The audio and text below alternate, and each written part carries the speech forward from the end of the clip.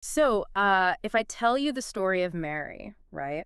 A secluded room and a suddenly appearing angel, you probably already know exactly how it Oh ends. yeah, everybody knows that Right. I story. mean, you have the biological miracle, you have the sudden divine intervention. It's basically the ultimate um, comforting fairy tale. Yeah, You exactly. read it, you nod, and you say, well, there it is. That's the magic. Right. And if you read that text strictly through the lens of ancient mythology, Mhm. you absolutely get a cosmic fairy tale. Yeah. But if you strip away the centuries of folklore, right, and you look at the original Arabic through the lens of social physics, well, you aren't reading a fairy tale at all. Not even close. Yeah. You are reading a heavily codified underground operational manual. Wow. Yeah, it's a manual for how to build a revolutionary matrix and completely overthrow a corrupt society. I love that. I mean, in this framework, Miriam isn't just, a passive individual waiting for magic. She represents an institutional sanctuary. An institution, right? Exactly. An institution that has completely cut itself off from a toxic mainstream system Yep. to birth something entirely new. Okay, let's just stop right there because for you listening, that is an absolute explosion of the placeholder myth we all grew up with. Totally. We are taking you on a master class today.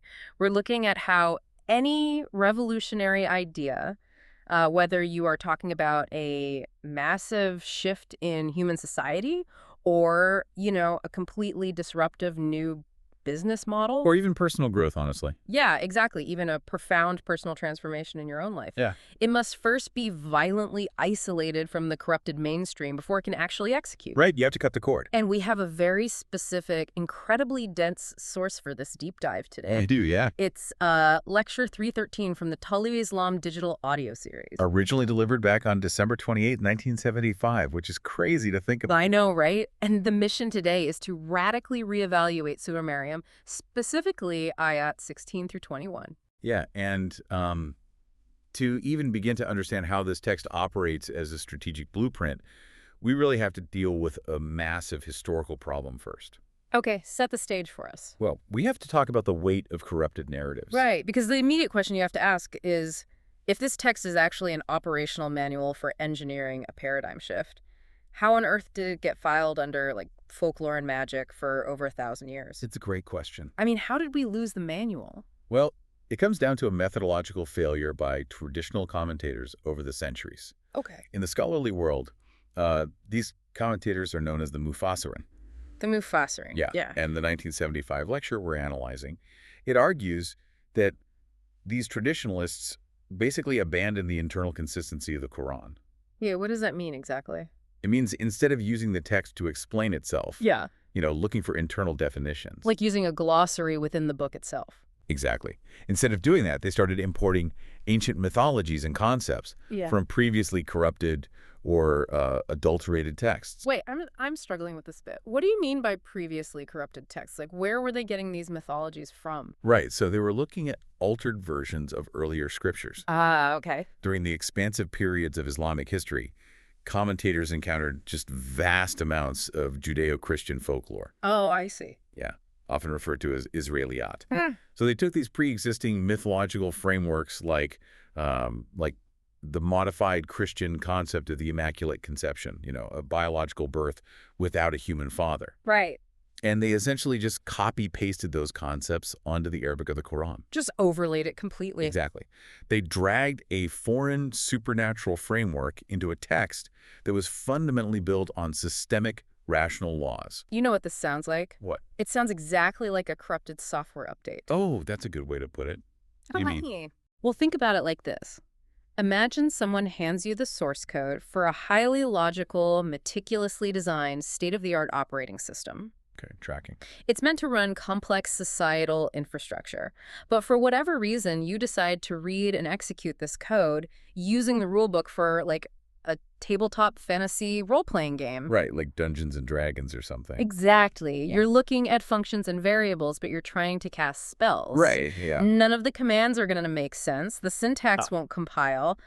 So instead of stepping back and realizing, oh, wait, I have the wrong rulebook, You just throw your hands up. yeah, you throw your hands up and assume the code is executing magic. That is an incredibly precise analogy, Yeah. and the lecture points out the devastating consequence of that exact error. Which is what? Well, when you use the fantasy rulebook to read the systemic code, you create what the author calls the tyranny of unproven assertions. Oh, wow. The tyranny of unproven assertions. Unpack that for me. What does that actually look like? So when a society abandons critical logical thinking, when it when it stops trying to understand the underlying mechanics of a text and instead defaults to supernatural superstition, It gets lazy. worse than lazy, it becomes intellectually paralyzed. Mm. The danger isn't just that you end up believing a harmless fairy tale. I mean, who cares about a fairy tale, right? Sure. The real danger is that you blind yourself to the actual strategic operational blueprints hidden in plain sight. Because you're not even looking for them. Exactly. And the establishment, they thrive on this mythology. Why? Just to keep control. Yeah, because a fairy tale requires nothing of you other than blind passive faith. Just sit back and wait for the angel. Right. But an operational manual, that demands action. It demands revolution. Which explains why the author of this 1975 lecture faced such massive pushback, right? I mean, the source mentions he was labeled a munkir e hadith. Yes, which roughly translates to a denier of traditions.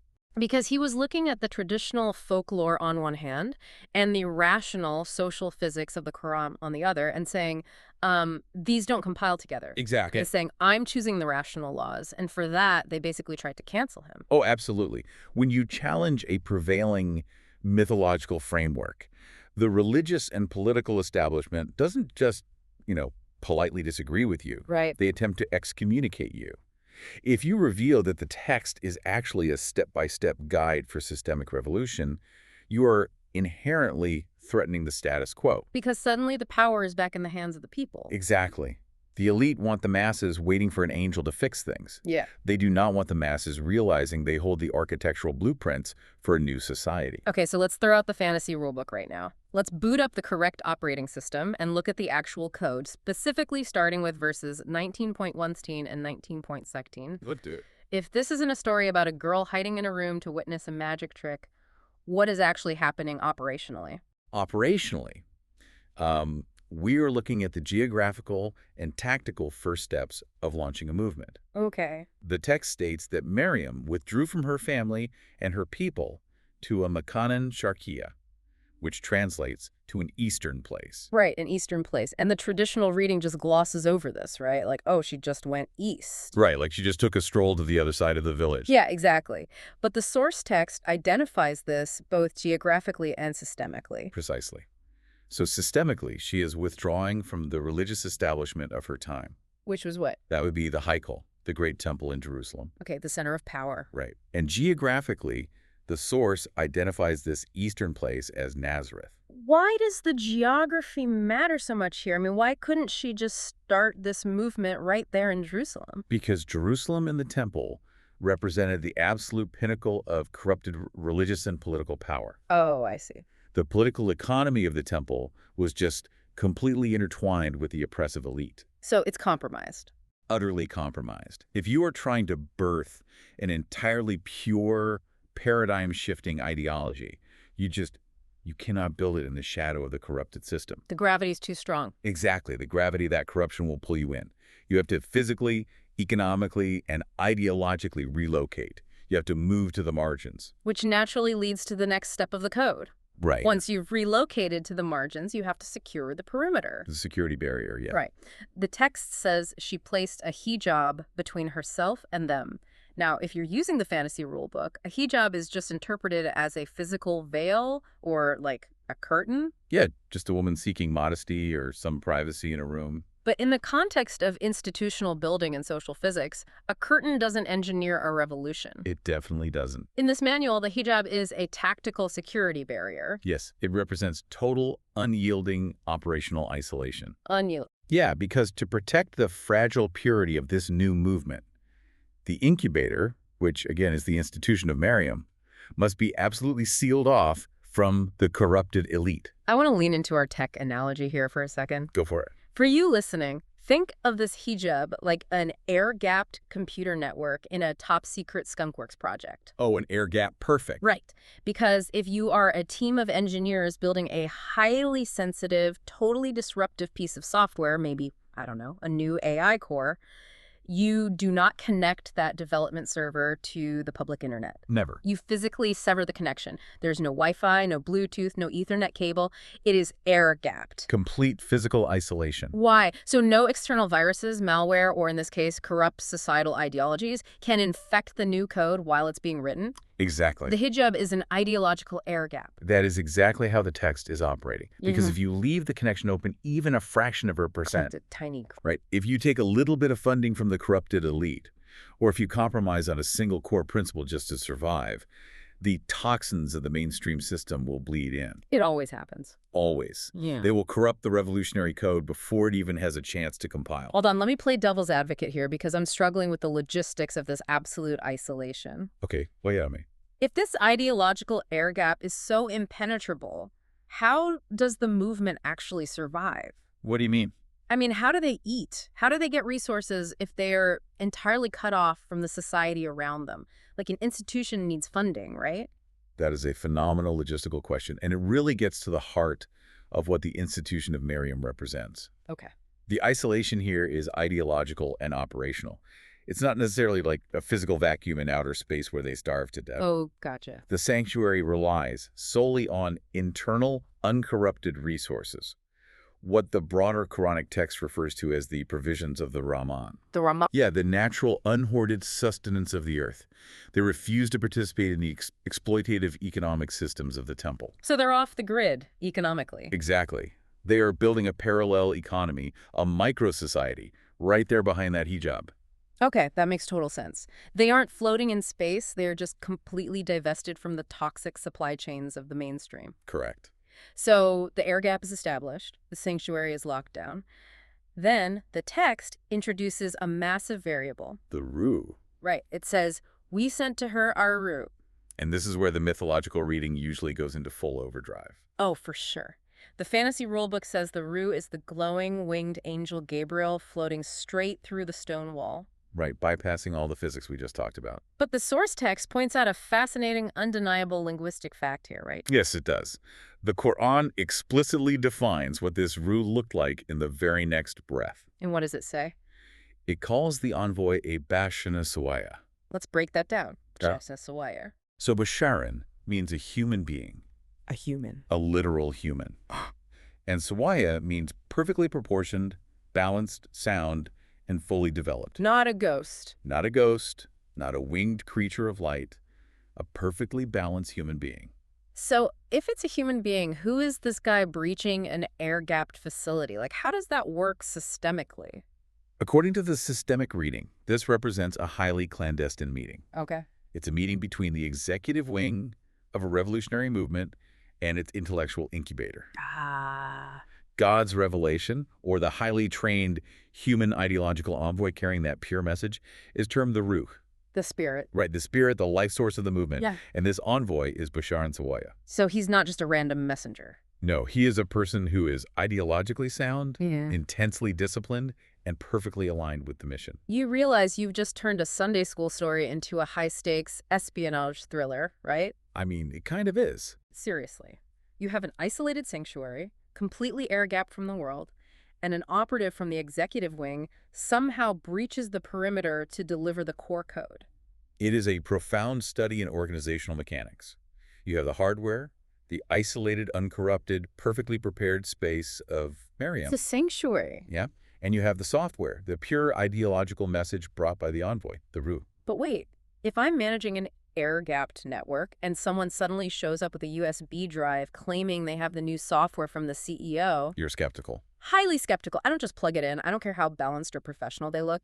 It breaches the entire security protocol. Exactly. And that realization is what makes verse 19.18 the absolute engine of reason in this text. Okay, walk me through it. So the envoy breaches the hijab. He is inside the isolation barrier. Now, how does the incubator, Maryam, react to this sudden, unprecedented intrusion?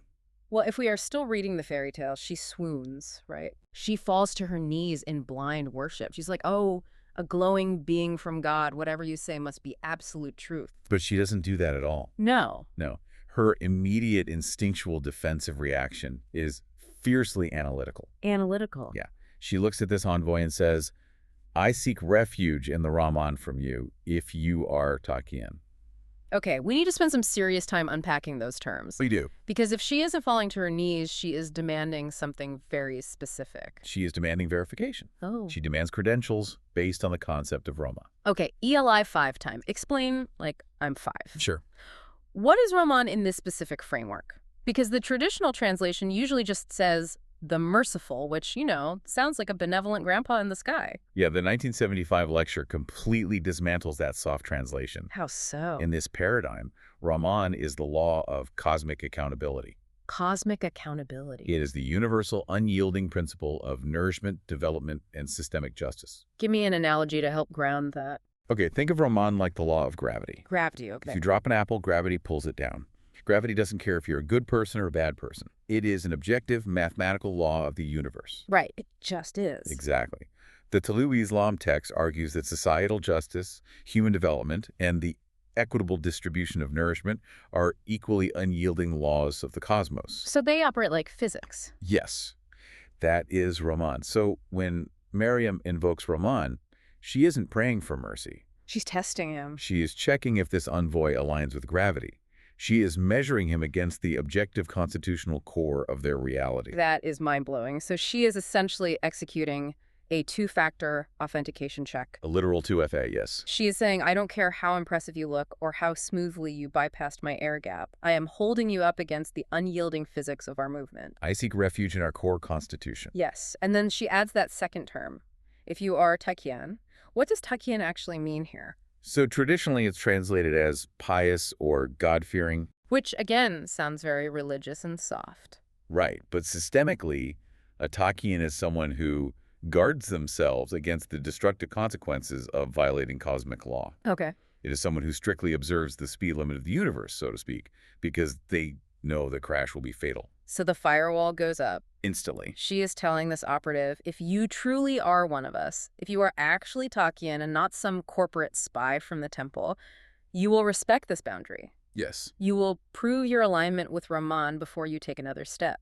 It is the ultimate display of what cybersecurity experts today would call a zero-trust architecture. Wow, zero trust. That fits perfectly. And it reveals a profound element of social physics. True faith in the Quranic paradigm is the exact opposite of gullibility. The exact opposite. It is intensely, unapologetically rational. The movement sanctuary is so highly disciplined that any incoming data, even an envoy claiming to hold a message directly from the highest executive authority, must be rigorously authenticated. Before being granted read-or-write access to the system. Exactly. I want you listening to really internalize this, because this is where the text demands something of you. It really does. The paradigm we are exploring emphasizes absolute rational skepticism. It completely rejects the tyranny of unproven assertions. Which we talked about earlier. Right. You demand alignment with established objective principles before you accept any message, no matter who delivers it. And this highlights the extreme danger of the traditional superstitious reading. Because it makes us passive. Absolutely. Yeah. If we teach generations of people that Maryam just passively accepted a supernatural being without question, because magic is magic, We're setting them up. we are actively training society to abandon critical thinking when faced with authority. Yeah. We are training them to be victims of charlatans, cult leaders, and corrupt politicians who claim some kind of divine right. Just blindly accepting whatever is handed down. Right. But the text models the exact opposite. Rigorous, principled, structural skepticism. Okay, so the firewall is up. The challenge is issued. The 2FA prompt is waiting for a response. Now we move to the next phase of the operation in verse 19.19. Right, the authentication phase. The envoy has to authenticate. He has to pass the security check, does he? He does. He immediately announces his credentials, essentially saying, I am a messenger of your Lord, sent to grant you a Gulam Zakiya. A Gulam Zakiya, translated as a pure boy or a pure youth. Yes. Now, I have to stop you here and push back hard. Okay, go for it. I am putting myself in the shoes of our listener. Yeah. We've spent the last 20 minutes building this incredible operational metaphor of an institutional sanctuary, an executive envoy, an air-gapped network. Yeah, it's very structural. And now suddenly, the text uses explicitly biological terms like boy and youth. I see where you're going. Doesn't the use of biological language immediately drag us back into the traditional fairy tale? I mean, why not just say, I am here to give you a new political strategy. It is a completely valid challenge, and honestly, it's exactly where the Mufassirin got tricked up in the first place. They saw biology and took it literally. Right. But you have to understand the metaphorical brilliance of classical Arabic and how it maps biological realities onto systemic evolution. Okay, explain that. Think about how we describe ideas today in English. We call a new project somebody's brainchild. Oh, that's true. Brainchild. We say a new company is in its incubation phase. We talk about the gestation of a policy or the genesis of an idea. Okay, fair point. We use biological metaphors for institutional growth all the time. Exactly. Any new societal system, any massive paradigm shift, is quite literally the offspring of the minds and institutions that incubate it. It's birthed. Yes. It requires a seed, the core ideology. It requires a safe, highly nourished environment to gestate the air-gap sanctuary of Maryam. Right. It goes through a period of fragile, unseen growth where it must be fiercely protected from outside elements. The hijab. Exactly. And eventually it experiences a painful, disruptive public birth into the real world. So when the envoy says he is delivering a Ghulam Zakiya, he isn't dropping off a literal human infant. No, absolutely not.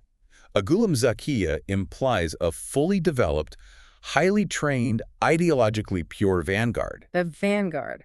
It is the next generation of the movement.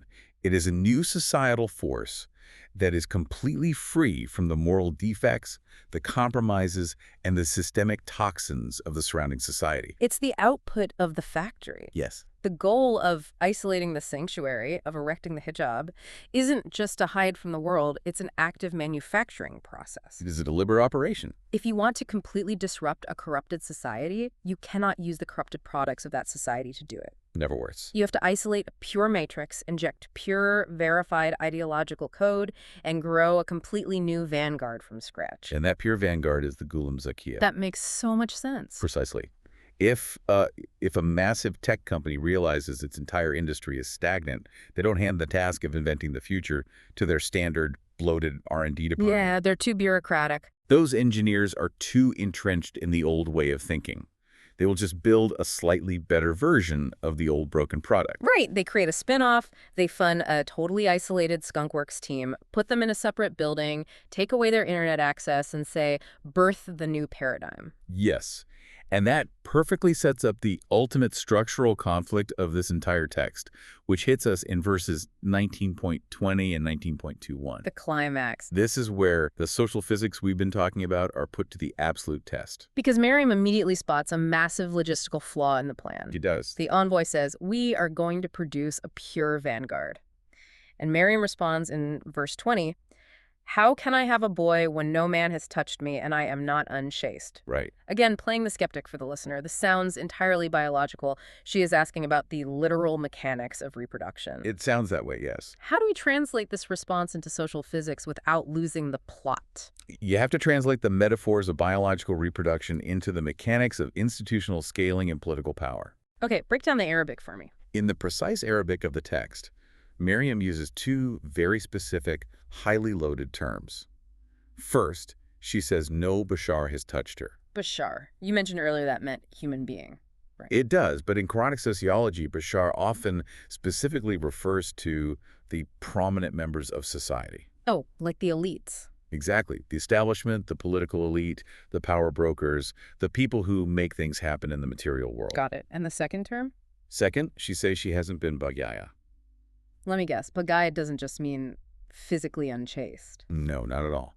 Systemically, Bagaya means rebellious against core laws, or someone who prostitutes their values. Oh, wow. It refers to an institution that has sold out its core principles in exchange for strategic alliances, funding, or political leverage. Oh, wow. Okay, let me try to translate this equation. Do it together. So systemically, the institution of Maryam is looking at the envoy and saying, look, we have intentionally air-gapped ourselves. We have zero alliances with the mainstream political elite. No Bashar has touched us. Yes. And we've absolutely refused to sell out our core principles for corporate sponsorships or political favors.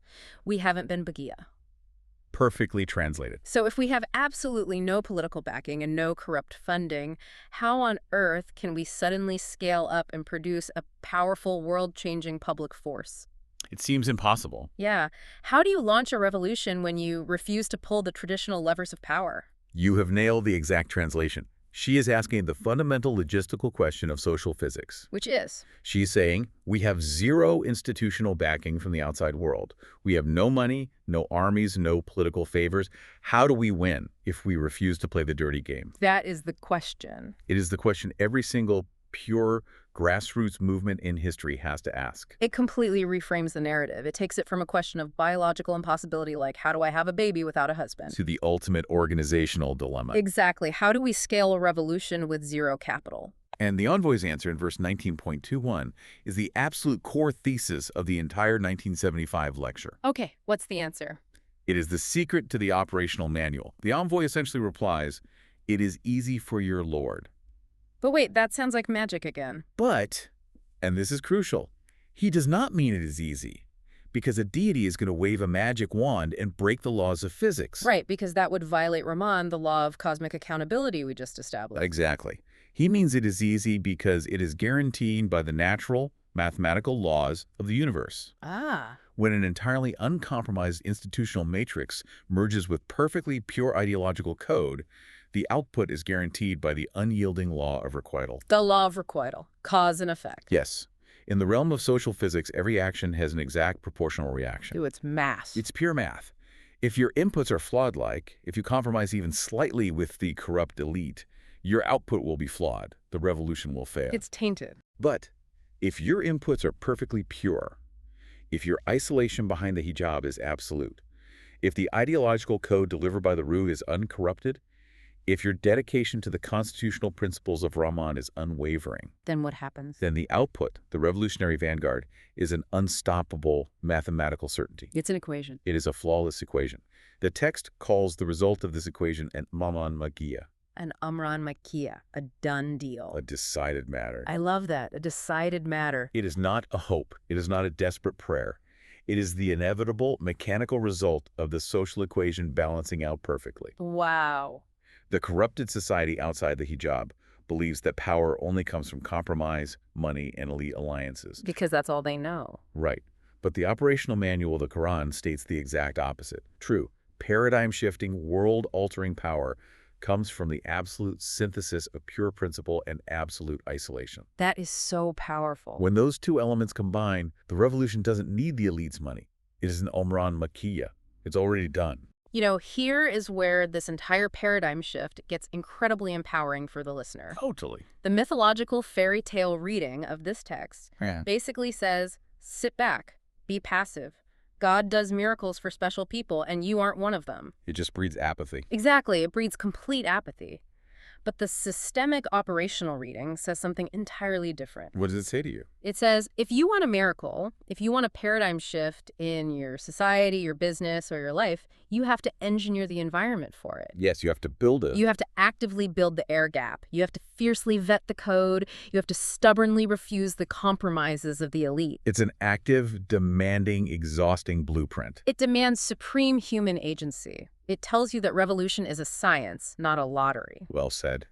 You don't wait for the magic, you engineer the physics. So what does this mean for the timeline of the text? The timeline. Yeah, like the equation is perfectly balanced, the inputs are locked in, the 2FA is passed. We hit verse 19.22, which simply states, so she conceived him. Right. The conception of the revolution has systematically occurred. The pure vanguard, the Ghulam Zakiya, is now gestating within the isolated sanctuary of the hijab. The structural foundation is fully complete. The ideological DNA is intact and executing. Wow. So the isolation is absolute. The ideological code has been securely delivered without interception. And the blueprint for the new vanguard is locked in as an Amran Makiya, a done deal. It's all set. But wait, this leads to a terrifying next step. The inevitable next step. What happens when the gestation period ends? What happens when the labor pains of this revolutionary shift actually hit? Because you can't stay in the skunkworks forever. Exactly. Eventually, you have to launch the product. How does a fragile, insulated, entirely air-gapped movement survive the raw, agonizing pressure of public exposure when it finally has to step out from behind the hijab and face the corrupted world? That is exactly where the protective shield of isolation breaks down and the real, brutal struggle begins. A launch. You cannot stay in the sanctuary forever. A vanguard must eventually vanguard.